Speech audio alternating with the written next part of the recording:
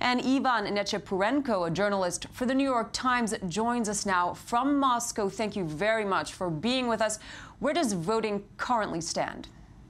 Well, we see that the turnout at this moment is 11%, but of course, most people haven't reached the election stations in central Russia, the most populous areas of Russia, so it's going to be higher.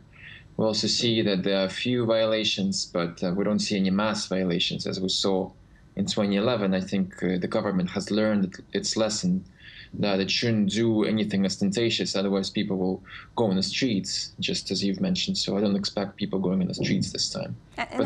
Sorry to interrupt, but how will the Crimea vote affect this election? Well, Crimea was a huge point of consolidation. I think people will not vote for anybody who does not support Crimea grab by Russia.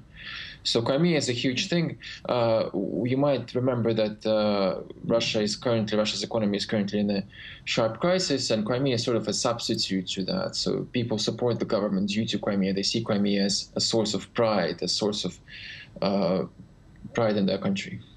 Now, with Putin having such widespread support, what influence could these elections have? Well, if he sees that he's going to get more mandates this time than in 2011, I think he might come closer to the idea that he should run again in 2018 and that he should move the elections earlier, the presidential elections.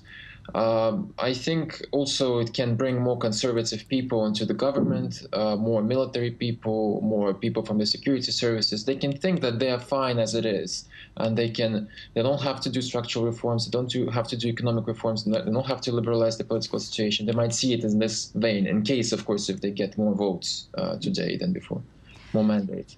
Indeed, Ivan Nechepurenko from Moscow, thank you very much for joining us.